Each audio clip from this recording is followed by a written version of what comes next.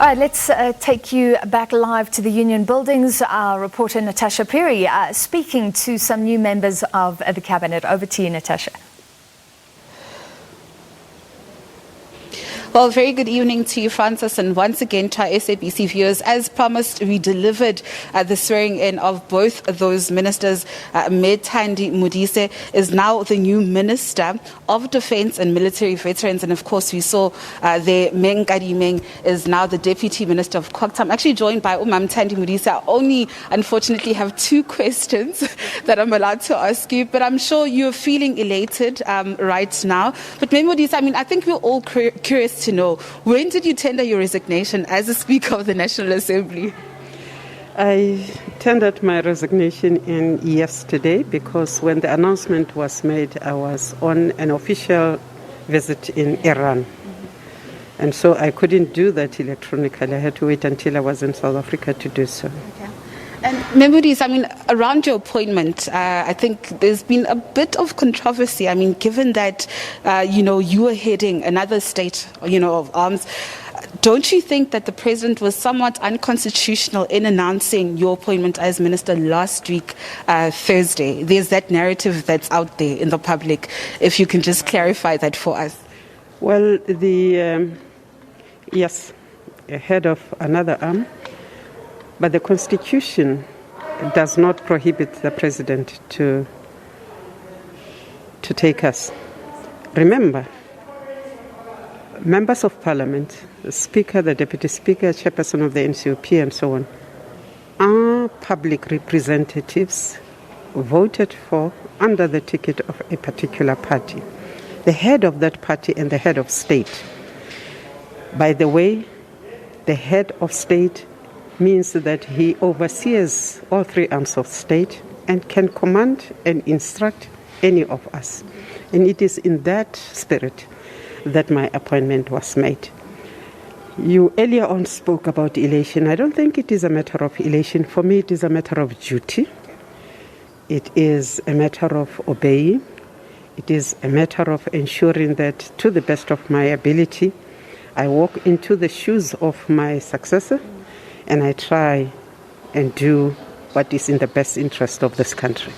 Modise, I would definitely love to have more time with you to actually chat to you, but I know that you have to be whisked away by Cyril, and all the best in your new ministry. Thank you very much. Thank you so much. Well, Francis, there you heard it from the newly appointed Minister of Defence and Military Veterans, Thandi Modise. Of course, she is expected to hit the ground running in her new portfolio.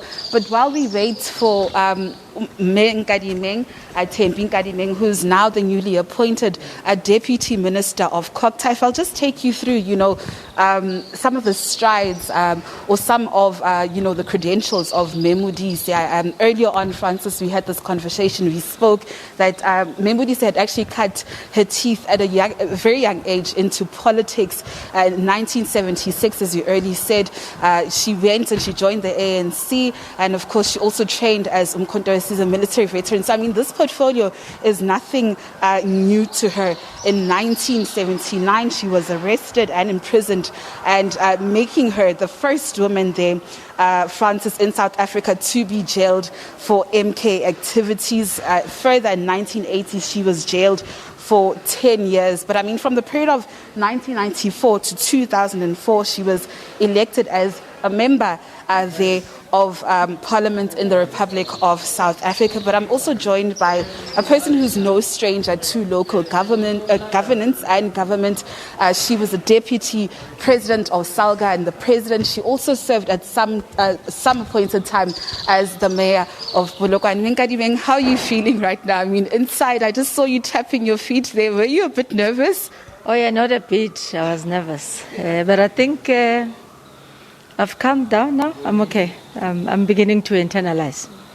You're no stranger to local governance issues. You've been lauded for your work, and your tenure in the South African Local Government, Association. But what is your first priority as a deputy minister in this portfolio? Well, I think the president announced the district development model, which in short we call DDM, which is more about the enhancement of corporate governance and ensuring government works in partnership, following the integrated government framework, which is what we call IGR in short. So it is more about collaboration. And I think the lessons of COVID are very clear that we can work together in achieving one common goal as government.